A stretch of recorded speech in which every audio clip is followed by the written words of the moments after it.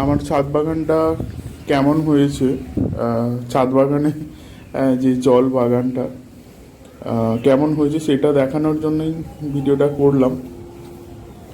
কারণ নতুন করে সব পটগুলো তৈরি করা হলো, সবই এই বছর নতুন করে আবার রিপোর্টিং করা হলো। অনেক আইডি নতুন কেনা হয়েছে, অনেকগুলোই। আর এখন যে ভিডিওটা, এখন হালকা হালকা বৃষ্টি পড়ছে, একটু পরেই ঝড়টা হয়তো বেশ ভালো মতোই উঠবে, মেঘলা মেঘলা করে আছে। আর পদ্ম পাতায় যে জলগুলো পড়েছে বেশ ভালো লাগছে, আর ওয়েদারটা সম্পূর্ণ একটা অন্যরকম লাগছে, একটা আলাদাই অ্যাম্বিয়েন্স। আর প্রত্যেকটা কিন্তু আলাদা আলাদা করেছি, কিছু অনেকগুলোতে কুঁড়ি চলে এসেছে। আমি আলাদা করে যখন আবার ভিডিও করব তখন সেই দেখতে পাওয়া যাবে ফুলগুলো। প্রত্যেকটারই ভিডিও আমি পরে করে দেখাবো, এমনিও ছবি দেবো। এগুলো এটা ওয়াটার লিলি, পট ইম্পোর্ট করা হয়েছে। এটা একটা থার্মোকলের যে ইয়েগুলো থাকে না, বাক্সগুলো, সেটাকেই ব্যবহার করা হয়েছে।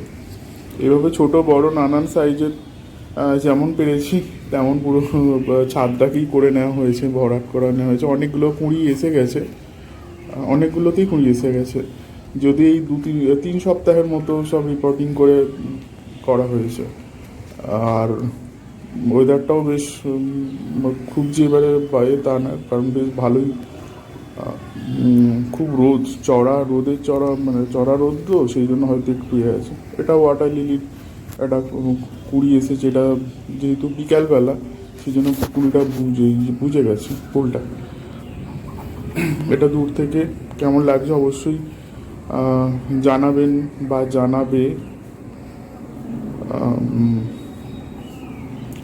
আর অনেক আইডি রয়েছে, আইডিগুলোর নামও এখানে কিন্তু মেনশন করেই রেখে দিয়েছি, কারণ এটা এই বছরই এরকমভাবেই মেনশন করেই রেখেছি।